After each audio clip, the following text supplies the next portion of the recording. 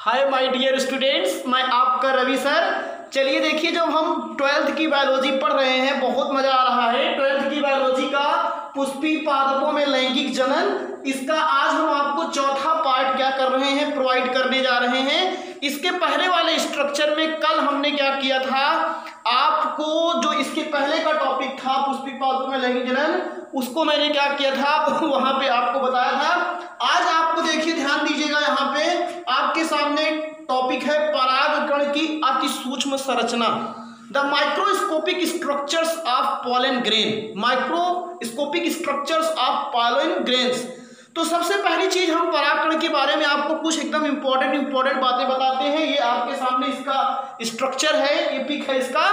तो सबसे पहली चीज तो ये ध्यान दीजिएगा कि जो परागकण हुआ करता है, यह जो आपका लघु बीजाणु जनन कल मैंने बताया था आपको, तो लघु बीजाणु जनन के बाद की जो प्रोसेस है, तो इसमें बताया जाता है कि परागकण ये एक कोशिकी होते हैं और हल्के पीले रंग के ये पाउडर सदृश से हुआ करते हैं। और परागकण पाए कहाँ जाते हैं, परागकोश के अंदर क्या हुआ करते हैं, ये भरे रहा किया करते हैं।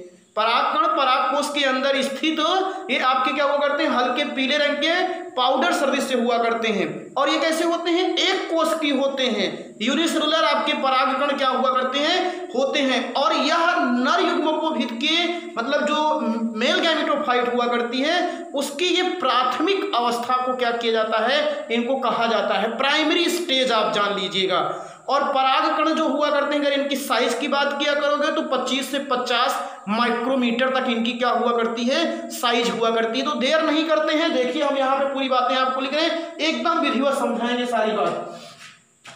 परागकण हल्के पीले रंग के पाउडर सदृश होते हैं। ये एलोइस कलर के आपके क्या होते हैं, पाउडर लाइक स्ट्रक्चर। कभी आप सरसों के खेत में अगर गए हो, जहां पे अगर फूल लगा हो, तो आप उसके अंदर से गुजरिए तो आपके पूरे चेहरे पर या कपड़े पर क्या होते हैं, पीले पीले रंग के पाउडर जैसे लग जाते हैं। दैट इज पॉलन ग्रेन, वही पॉलन ग्रेन है आपका, जान लीजिए। नर युग्मकोभिद की प्राथमिक कोशिका होती है, they are primary cell of male gametophyte, और यह एक कोश की होते हैं। कैसे हुआ करते हैं भैया, ये एक कोश की होते हैं। दे आर यूनिसेलुलर, ये आपके कैसे होते हैं, एक कोश की होते हैं। दे आर यूनिसेलुलर, पूछा जा सकता है बहुविकल्पी में, अगुणित होते हैं। मैंने ये चीज भी बताया था कि जब अर्धसूत्री विभाजन होता है तभी इनका निर्माण होता है, इसीलिए कैसे होते हैं, अगुणित होते हैं। और अगली चीज क्या होता है, गोलाकार होते हैं, अंडाकार भी हुआ करते हैं, और द्विस्तरीय होते हैं। मतलब इनके चारों तरफ क्या होती है, दो लेयर पाई जाती है। और जो वो दो लेयर पाई जाती है, एक का नाम होता है एक्स टाइम और एक का नाम होता है इन टाइम, वाह्यचोल और अंतःचोल। कौन लेयर होती है, दो लेयर, एक वाह्यचोल होती है और दूसरी कौन सी होती है, अंतःचोल होती है। परागकणों का परिमाप जो होता है 20 से 50 माइक्रोमीटर होता है। मतलब इनकी अगर साइज देखी गई माइक्रोस्कोप से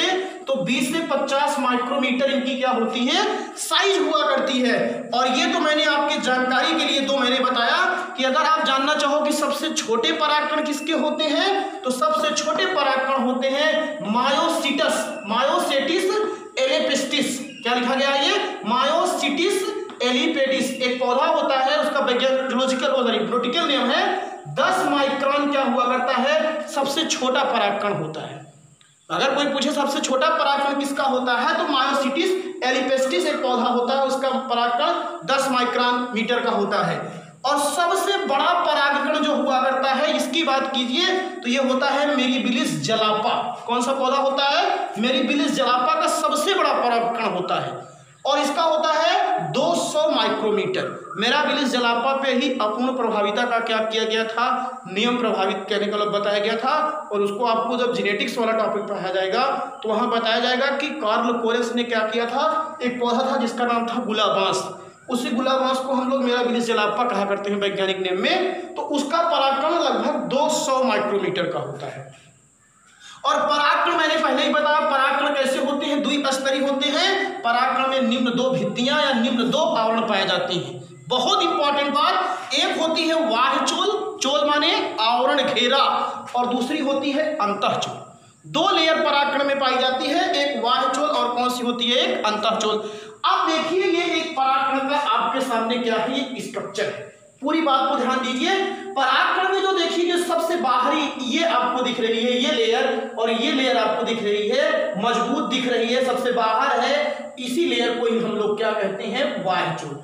और बाह्य चोल के बाद जो हुआ करती है जो दूसरी लेयर है उसको हम लोग कहते हैं अंतःचोल।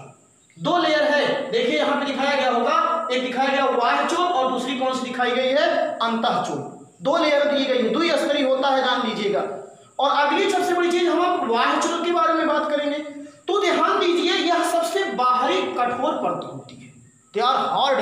भाई अगर उसकी सबसे बाहर वाली जो लेयर होती है उसको सुरक्षा प्रदान करती है और बहुत कठोर होती है। और इसका निर्माण एक पदार्थ होता है, उसका नाम होता है स्पोरोलिन। बहुत हार्ड सब्सटेंस होता है स्पोरोलिन, जिसको आप किसी भी भौतिक एवं रासायनिक विधियों द्वारा आसानी से उसको कहने का मतलब पृथक नहीं कर सकते हो, नष्ट नहीं कर सकते हो। और इसीलिए क्या होती है, जो बाह्य चोल होती है ये स्पोरोलिन से बनी होती है। और ये देखिए कैसे खुरदरी है, खुरदरी होने का मतलब कि चिपक सके कहीं पे पराग, जान लीजिएगा। और दूसरी चीज ये स्पोरोलिन से बनी होती है, और स्पोरोलिन एक पदार्थ होता है जिसको हम भौतिक और रासायनिक विधियों द्वारा पृथक नहीं कर सकते हैं, इसीलिए बहुत इंपॉर्टेंट लेयर है, आपकी ध्यान दीजिएगा। तो अब आपको, और ये परागकणों को सुरक्षा प्रदान करती है। और जहां पर ये बाह्य चोल क्या होती है, अनुपस्थित होती है, उसी स्थान पर क्या हुआ करता है, इसमें एक छिद्र पाया जाता है और उसी को ही हम लोग क्या कहा करते हैं, जनन छिद्र कहते हैं। क्या कहा करते हैं इसको, जनन छिद्र, जेनेटिकल पोर। और इसी जनन छिद्र से ही आगे चल करके क्या होता है, जब इसका अंकुरण होता है तो ऐसे ट्यूब निकलती है, उसको पोलन ट्यूब कहा करते हैं, पराग नलिका। और उसी पोलन ट्यूब में ही ये दोनों न्यूक्लियस चले जाते हैं। तो ये तो आगे की स्टेज है, लेकिन अभी मैं बता रहा हूं कि बाह्य चोल पर क्या हुआ करता है, तीन आपके छिद्र हैं। कितने छिद्र हैं, तीन। एक ये है, दो और ये तीन, ये भी आप जान लीजिए। द्विबीजपत्री पौधों में 3 जनन छिद्र पाए जाते हैं और एक बीजपत्री पौधों में केवल 1 जनन छिद्र पाया जाता है। ये बात भी बहुत इंपॉर्टेंट टॉपिक है कि द्विबीजपत्री पौधों के परागकण में कितने जनन छिद्र होते हैं, 3 होते हैं। और एक बीजपत्री पौधों के परागकण में कितने जनन छिद्र होते हैं, 1 होते हैं। तो पूरी बात ध्यान दीजिए, यह सबसे बाहरी कठोर परत होती है, जो मैंने समझाया वही लिखा है, ताकि आपको नोट्स विधिवत मिल जाए बस। और नहीं समझाना नहीं होता तो वैसे भी हम आपको बता देते। यह बाहरी कठोर परत होती है जिसका निर्माण स्पोरोलिन, दे आर इंपॉर्टेंट, पदार्थ से होता है जो अम्ल प्रतिरोधक होता है। अम्ल प्रतिरोधक का मतलब किसके ऊपर कोई अम्ल का प्रभाव नहीं पड़ता है और जिसको सरलता से भौतिक एवं रासायनिक विधियों द्वारा अपघटन नहीं किया जा सकता है। इसको आसानी से, they are can not destroyed easily anyone chemicals and physical methods. यह परागकणों को सुरक्षा प्रदान करती है, भाई प्रोटेक्शन देगी। जब वहां से निकलेंगे परागकोश से तो पता नहीं कितनी विभिन्न परिस्थितियों को होते हुए एक पौधे दूसरे पौधे पर पुष्प पे जाते हैं, तो समय को सुरक्षा चाहिए। और बाह्य चोल पर स्थित छिद्र को क्या कहते हैं, जनन छिद्र कहते हैं। बाह्य चोल जहां नहीं पाई जाती है उसी पे एक छोटा सा होल होता है, उसी को जनन छिद्र कहते हैं। और इसके आगे आप अपने मन से लिख लीजिएगा कि एक बीजपत्री पौधों में 1 जनन छिद्र पाया जाता है और द्विबीजपत्री पौधों में 3। और ये द्विबीजपत्री पौधे का ही है, एक छिद्र यहाँ पे है, एक यहाँ पे है, एक यहाँ पे है। ये चीज कंफर्म हो गई बाह्य चोल। अब बात करते हैं अंतःचोल। बाह्य चोल के नीचे स्थित पतली महीन परत एक होती है और वो एक पदार्थ होता है, उसका नाम होता है पेंटासुल्लोज। पेंटासुल्लोज नामक पदार्थ से वो बनी हुई एक परत होती है, उसको हम लोग अंतःचोल कहते हैं। जैसे ये देखिए इसमें दिखाया गया, ये जो लेयर दिखाई दे रही है, ये आपको जो लेयर दिखाई दे रही है कौन सी लेयर है, आपकी अंतःचोल है। अंतः माने अंदर, चोल माने आवरण, घेरा। और इसका निर्माण पेंटासुल्लोज पदार्थ होता है और इसके अंदर ही क्या होते हैं भाई, इसी के ही तो अंदर सब चीजें हैं, केंद्रक और वैक्यूल्स पाए जाते हैं। ये आपकी रिक्तिकाएं हैं, ये आपकी रिक्तिकाएं हैं और ये आपका क्या है, न्यूक्लियस है। और आपको मैंने पहले ही बताया था कि परागकण के अंदर 2 न्यूक्लियस होते हैं, एक आपका कायिक केंद्रक होता है, दूसरा कौन सा होता है, जनन केंद्रक होता है।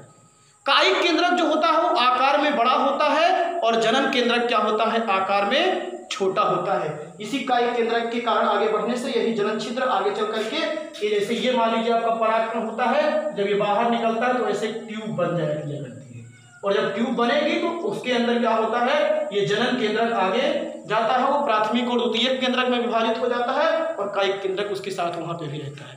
तो वो सब आगे की स्टेज है, जब जनन छिद्र से आगे पराग नलिका का क्या होता है, निर्माण होता है। आई होप क्लियर हो रही होगी। केंद्रक, इसमें 2 प्रकार के केंद्रक पाए जाते हैं। एक परागकण में कितने केंद्रक, 2 प्रकार के केंद्रक उपस्थित होते हैं। आकार में बड़े केंद्रक को जनन केंद्रक कहते हैं, जो न्यूक्लियस आकार में बड़ा होता है उसको जनन जो आकार में छोटा होता है उसको क्या कहते हैं? कायिक केंद्रक कहते हैं। कायिक केंद्रक का सीधा सा काम होता है कि विभिन्न प्रकार की जो आपकी न्यूट्रिशन से संबंधित प्रक्रिया होती है उसको प्रोवाइड करे और जनन केंद्रक को चारों तरफ से सुरक्षा प्रदान करे। वो आगे आगे जाता रहता है, उसकी सुरक्षा ये देता है। तो इस तरीके से ये पूरा परागकण का क्या हुआ, एक परिपक्व परागकण की मैंने क्या किया, संरचना बता दी। एकदम सीधा सीधा अगर कहोगे तो परागकण दो परतों से बना हुआ करता है, एक बाह्यचोल और एक अंतःचोल। बाह्यचोल जो होती है स्पोरुलिन नामक पदार्थ से बनी होती है और इसी पर पाए जाने वाले छिद्र को जनन छिद्र कहते हैं, जो एक बीजपत्री पौधों में एक पाए जाते हैं, द्विबीजपत्री पौधों में कितने होते हैं? 3 होते हैं और ये सुरक्षा प्रदान किया करते हैं, ये भी आप ध्यान दीजिएगा। तो इतना टॉपिक्स आपका कंफर्म हो गया। इसके बाद हम एक छोटा सा टॉपिक आपको और बता दिया करते हैं, इसको आप बढ़िया सा कॉपी में डायग्राम करके लिखिएगा तो आपको एकदम क्लियर हो जाएगा। अगला एक छोटा सा टॉपिक है, उसको आप थोड़ा सा ध्यान दीजिए, उसको भी तो ज्यादा अच्छा है। पराग कणों का जीवन काल।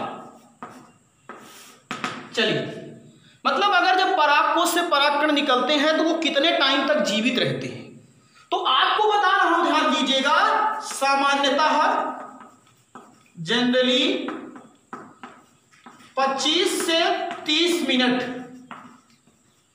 ही, अब यही टाइम लॉस होता है लिखने में, परागकणों का जीवन काल होता है। बस मतलब कि 25 से 30 मिनट के बाद परागकण क्या हो जाते हैं, उनकी डेथ होने लगती है। लेकिन अपवाद हर जगह है, कोई भी कॉन्सेप्ट होता है, कोई भी थ्योरी होती है, अपवाद हर जगह है। किंतु एक फैमिली है, आप लोग अच्छी तरीके से जानते हो, सोलेनेसी, जिसमें आलू वगैरह रखी गई हैं। आलू सोलेनम ट्यूबरोसम, बैगन का सोलेनम मेलोंजेना। किंतु सोलेनेसी जो होते हैं और कुल सोलेनेसी कुल आलू और बैगन के परागकण जो होते हैं लगभग 1 माह तक जीवित रहते हैं। अब आप सोच लीजिए, इनका जीवन काल सबसे ज्यादा टाइम जीवित रहते हैं। ये हो गया। सामान्यतः 25 से 30 मिनट ही परागकणों का जीवन काल होता है, किंतु सोलेनेसी कुल आलू और बैगन के जो परागकण होते हैं लगभग 1 माह या 30 दिन तक क्या रहते हैं, जीवित रहते हैं। और आजकल तो हमने क्या कर रखा है, जैसे परागकण हम निकालते हैं तो उससे हमको आज भाई टेक्निक हमारी बढ़ चुकी है, तो हम परागकणों को कई दिनों तक जीवित रखना चाहते हैं। तो परागकणों को कई दिनों तक हम जब जीवित रखना चाहते हैं तो उसके लिए एक विधि बनाई गई है, उसको हम लोग कहा किया करते हैं क्रायो प्रिजर्वेशन। ये पूछा जाता है, जान लीजिएगा। हमको अगर बहुत दिनों तक रखना है तब परागकणों को क्या करते हैं, तो ध्यान दीजिएगा, इस विधि में या इस विधि द्वारा परागकणों को -196 डिग्री से बहुत कम टेम्परेचर पर रख देंगे। इस विधि द्वारा परागकणों को -196 डिग्री सी पर रखकर संरक्षित किया जाता है। जैसे ब्लड वगैरह रखा जाता है तो वैसे इसको भी क्या किया जाता है, रख दिया जाता है। इस विधि द्वारा परागकणों को -196 डिग्री सी पर रख करके क्या किया जाता है, संरक्षित किया जाता है। और इस स्थान को जहां पे रखा जाएगा, इस स्थान को परागकण बैंक या परागकण करिए पूरी, परागकण वैसे ब्लड बैंक कहते हैं। आपसे जैसे पूछा जाए कि क्रायो प्रिजर्वेशन क्या है, तो आप बता दीजिएगा कि परागकणों को -196 डिग्री सी पर रखकर सुरक्षित रखना है या संरक्षित रखना ही क्या करना कहलाता है, क्रायो प्रिजर्वेशन। तो इस तरीके से पूरा आज आपको हमने परागकण के बारे में बता दिया। इसको भी आप नीचे उसी कॉपी के नोट्स में लिख लीजिएगा और अब हम कल आपको इसके आगे का टॉपिक प्रोवाइड करेंगे। तब तक आप लोग देखते रहिए इस चैनल को और बढ़िया तरीके से आप कॉपी में इसको डायग्राम को फुल कलर करके बनाइएगा। और जो भी प्रॉब्लम होगी आप लोग अगर अच्छा लगता है तो आप जरूर कमेंट कीजिए, नहीं अच्छा लगता है तब भी कमेंट कीजिए। और मजा आ रहा हो आपका पढ़ने में तो आप Ravi institute chemistry and biology को अपने मोबाइल्स के यूट्यूब चैनल पर सब्सक्राइब करें और अपने साथियों के बीच में इसे शेयर करें। थैंक यू, धन्यवाद।